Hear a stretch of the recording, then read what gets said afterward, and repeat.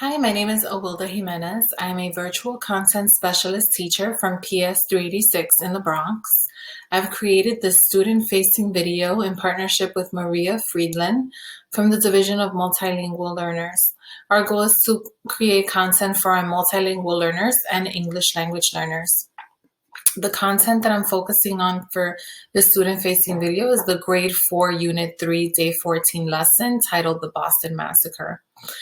The focus question is what events led to the war with Great Britain, and our lesson objective is explore primary source images and text in order to analyze the impact of how a pivotal event in U.S. history was reported at the time. Hi, friends. Thank you for coming to social studies today. We are going to continue collecting information to understand what events led to the war with Great Britain. And today's objective, we are going to explore primary source images and text in order to analyze the impact of how a pivotal event in U.S. history was reported at the time. So we are thinking about not just the information that we're reading and summarizing it, but also thinking about who is giving me this information and does that affect what I'm learning about the events.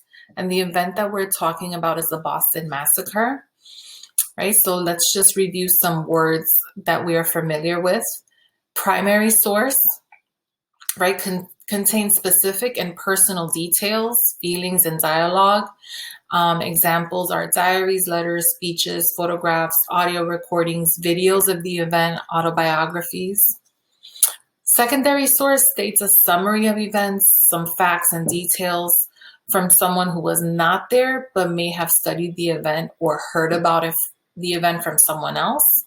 Examples are stories, newspaper articles, biographies, informational texts, or textbooks and movies. Point of view from our last session, right? It's your opinion about an event. It can be influenced by or affected by who you are and what you believe, right? So in this lesson, the point of view of the Boston Massacre is going to be different depending on whether you are a colonist, a member of the Sons of Liberty, or a British soldier. Now, earlier we began to collect some information that we already know in this unit using a KWL chart, right? So here's an example of one, right? What we all know is that the colonists are mad at taxes. They don't like them. Colonists don't like the Proclamation of 1763, right? You should remember that the Proclamation of 1763 created this red line where the British soldiers told the colonists, you can't live past this line, right? And then colonists and soldiers don't get along. They have a really bad relationship. Some of the things that we want to know from the introduction of the lesson are, why are the soldiers killing the colonists? Who ordered this to happen? Did the soldiers get away with killing the colonists? Were there any consequences? Did anybody go to jail? Did the colonists get revenge or fight back? So today, as we are analyzing our sources, we're going to, at the end, jot down what we learned. Okay, so let's go back to a video. And as you're watching this video and listening, think about the sequence of events. And then after this video, we're going to analyze one source to think about what happened during the Boston Massacre.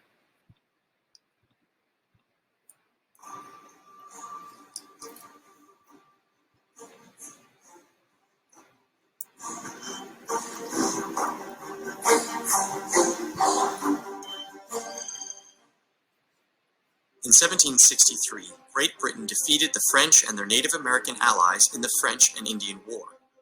Defending the American colonies was expensive, and to help pay for it, the British started taxing American goods like sugar, paper, and tea.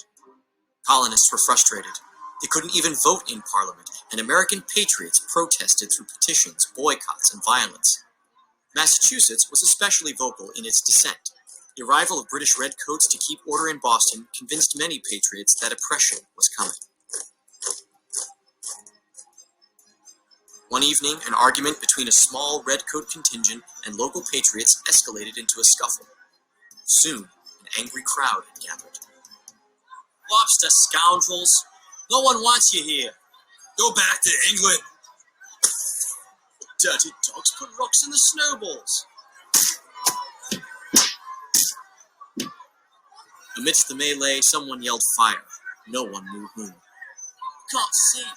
The captain ordered us to fire."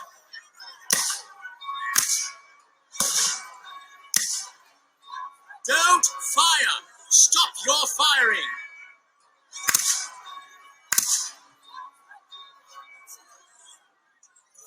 Five Bostonians were killed, including African-American Crispus Attucks, who is sometimes called the first man killed in the American Revolution. The colonists were furious. The British troops were moved out of the city, the soldiers involved were arrested, and engravers like Paul Revere of future fame published lithographs of the bloody massacre. Believing that everyone deserved a fair trial, a local lawyer and future president, John Adams, agreed.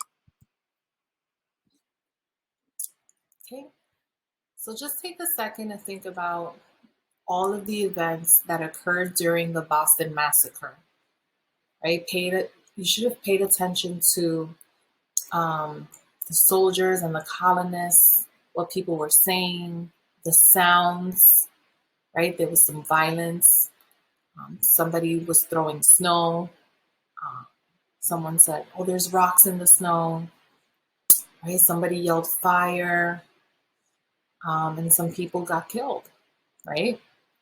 Right, so let's think about this source, right? This source is the Boston Massacre as reported in the Boston Gazette, March 12, 1770, right? So this is a report, right? A newspaper report about that time, what happened during the Boston Massacre, and it was written on March 12, 1770. Now, this slide has different colors because the reporter is trying to talk about what happened on both sides, right? So the yellow represents what the colonists were reportedly doing, and the green represents what the British soldiers were allegedly doing. So as you can play this clip 2 or 3 times if you need to, but I want you to think about these questions. What happened according to this news article? Whose fault was it, right? Who caused all of this to happen? How do you know? How well can you trust this source to give you all the information that you need about the event? Why? Do you think this newspaper is being honest? What makes you say that? What additional or extra information would you need in order to get a better understanding of this event, right? What would help you better understand the Boston Massacre that's not written in this newspaper, right? So let's get started.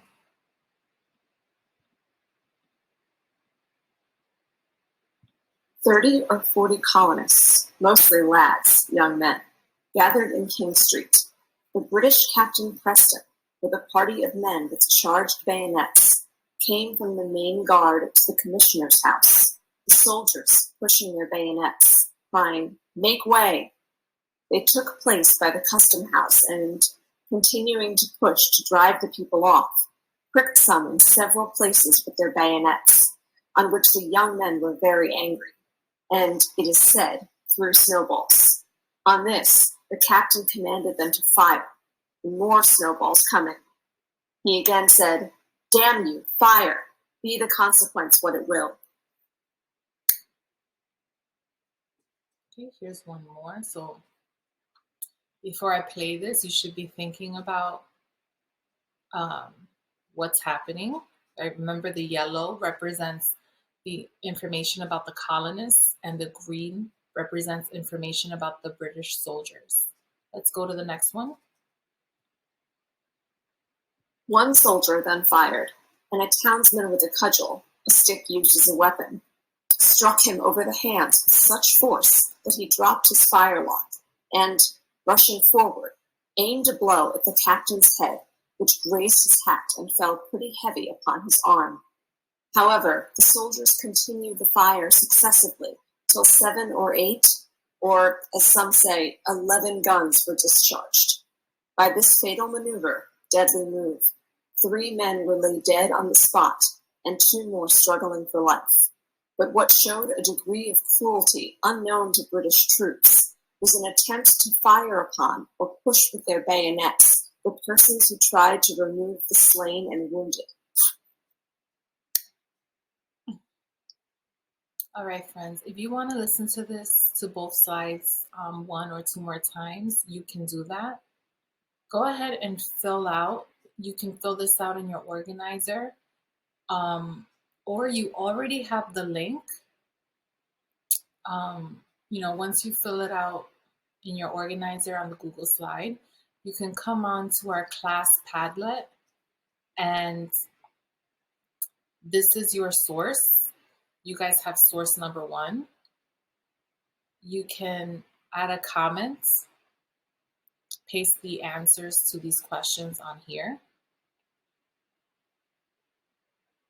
And finally, now that you have the information from the video and you have listened to the report from the newspaper, the Boston Gazette, on what happened during the Boston Massacre, I want you to, on your Google Classroom and your Google slide, just go ahead and type in what are some things that you learned that you didn't know before about the Boston Massacre, right? You can write some information that you learned about the British soldiers, or you can jot down some information that you learned about the colonists.